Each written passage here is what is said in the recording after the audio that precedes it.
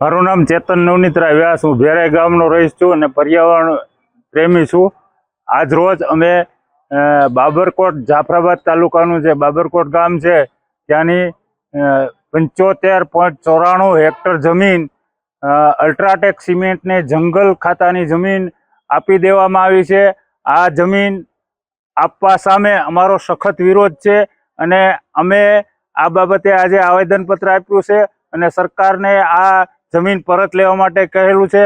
અને આ જમીન જો આપવામાં આવે તો પર્યાવરણને, સિંહોને અને માનવ વસ્તીને પણ મોટો ખતરો ઊભો થાય તેમ છે। એક તો કંપની દ્વારા પ્રદૂષણ કાયમ રોકવામાં આવે છે અને જંગલો નષ્ટ થાય તો માનવ વસ્તીને રહેવું પણ મુશ્કેલ થઈ જાય એવી પરિસ્થિતિ ઊભી થાય એમ છે।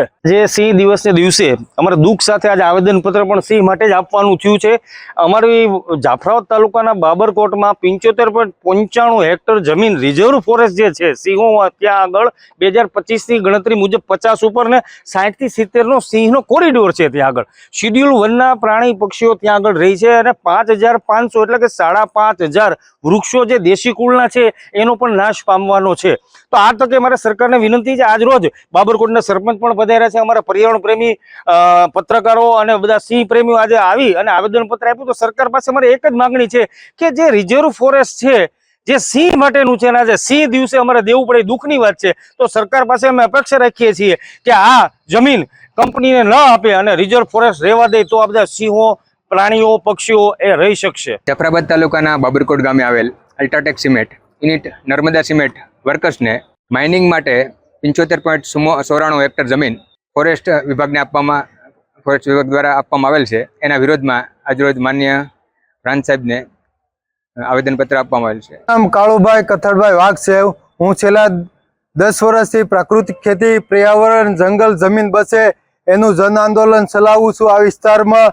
અમારી એવી માંગ છે કે અલ્ટ્રાટેક સિમેન્ટ કંપનીને જે બાબરકોટ, રાજુલા, જાફરાબાદ વિસ્તારમાં અલ્ટ્રાટેક સિમેન્ટ મોટી કંપની આવેલ છે એમાં 75.94 હેક્ટર રિસર્વે ફોરેસ્ટ જમીન ડાયવર્ઝનની દરખાસ્તને તાત્કાલિક રદ કરવા બાબતે માનનીય સાહેબશ્રીને આવેદનપત્ર આજે અમે આપી છીએ। તો એને માટે આ જો જંગલની જમીન જો કંપનીઓને અને ઈસ્ટ ઇન્ડિયા કંપનીને જો સરકાર આપી દેશે તો માનવ વિસ્તારને મોટો ખતરો ઊભો થાય છે। એમાં પશુપાલકો છે, પર્યાવરણ છે, પર્યાવરણ પ્રેમી છે, અહીંયા અનેક પ્રકારના વન્ય પ્રાણીઓને ખૂબ મોટું નુકસાન થઈ રહ્યું છે।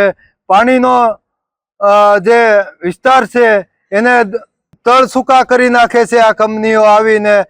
એટલે અમારી સખત માગ છે કે આ જે મંજૂરીનો અમે સખત વિરોધ કરી છીએ અને સરકાર અમારી આ રજૂઆત સાંભળે, નકર અમારું આ જન આંદોલન છે એ ઉગ્ર આંદોલન બનશે।